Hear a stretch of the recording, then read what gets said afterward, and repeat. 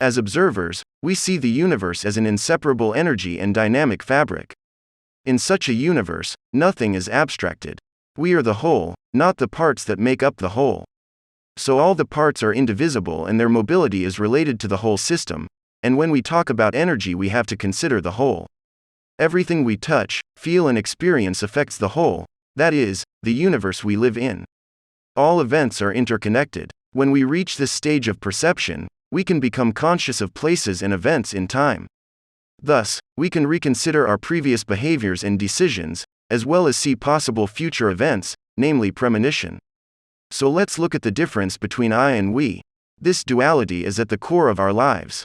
Holistic consciousness lies outside linear time and three-dimensional space and is therefore not easily distinguishable. So for holistic consciousness we need to apply it. Meditation is among these practices. It is one of the ways to understand the interrelationship of everything. This fact is difficult for beginners to explain as we use it in a linear way. How does one clapping hand make sound?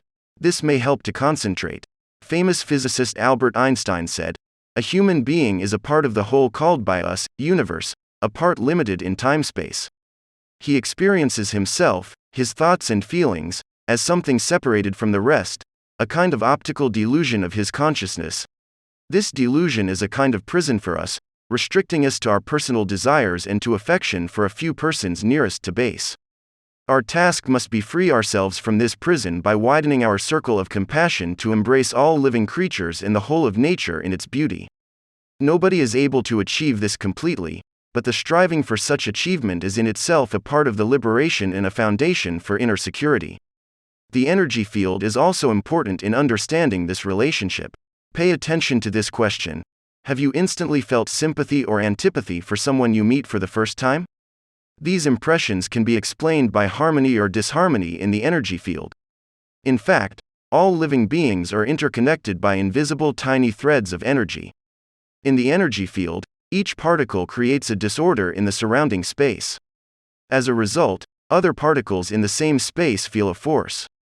Imagine that you throw a stone into the water, it will cause a force that will create waves on the water.